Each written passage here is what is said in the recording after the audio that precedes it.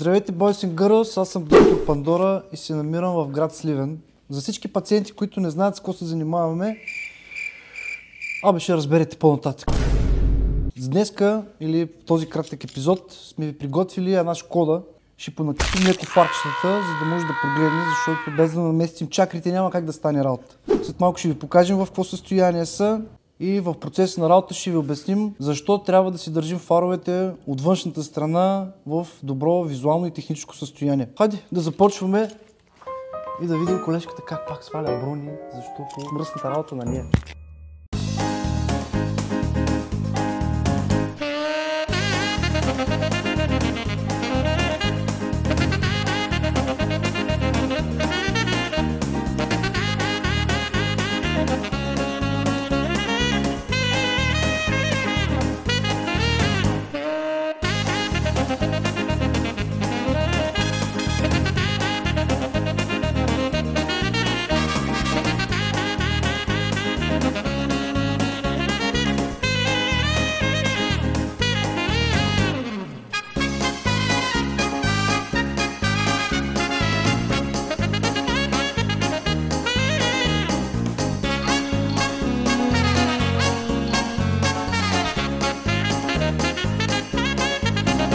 A few moments later.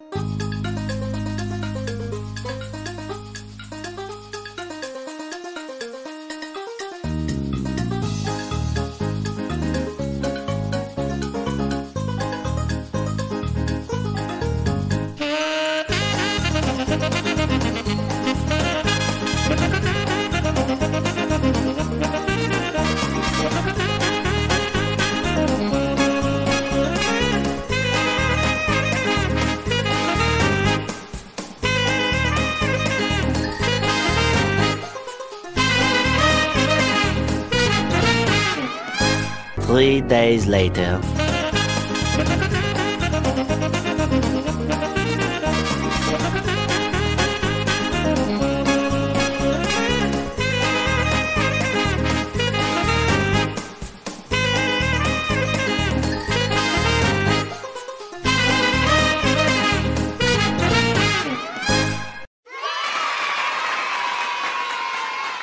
И след като колежката е демонтирала фаровете, слагаме ги на операционната маса и после ще ви покажем как работим ние с самото избистряне на фаровете. Хоп, ето тук с химическо полиране вече почваме да избистряме самите фарове. Тук виждаме няколко забележки, нормално, това са фарове на поне 10-15 години, няма как да очакваме те да са перфектни. Но въпреки това става доста добре, виждаме, че и вътре има разни налепи.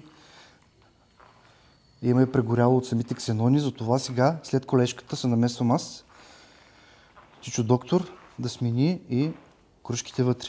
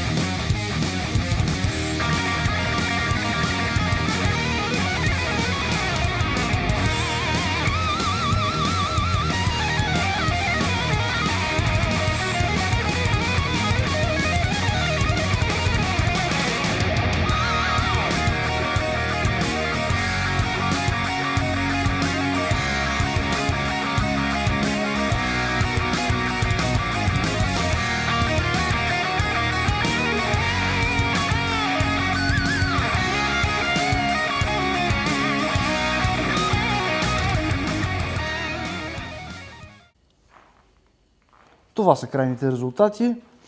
Отсечена линия, перфектна видимост, козметично се горе-долу добре.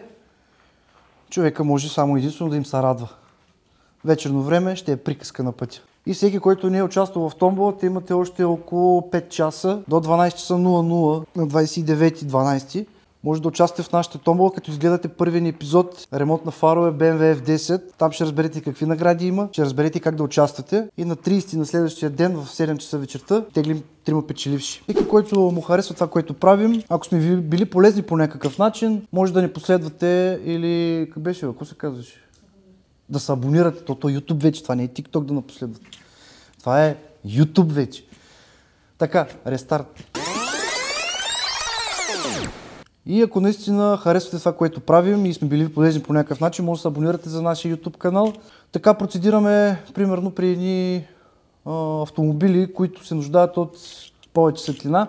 Не е достатъчно само да се закачат или да се монтират LED осветление, но си трябва и от външна страна да са горе-долу перфектни или поне изрядни технически, за да нямаме излишни аномалии, така да го наречем. Така че това е положението от нас. Дано сме били някакси полезни. Алай, чао! TikTok, YouTube, айде!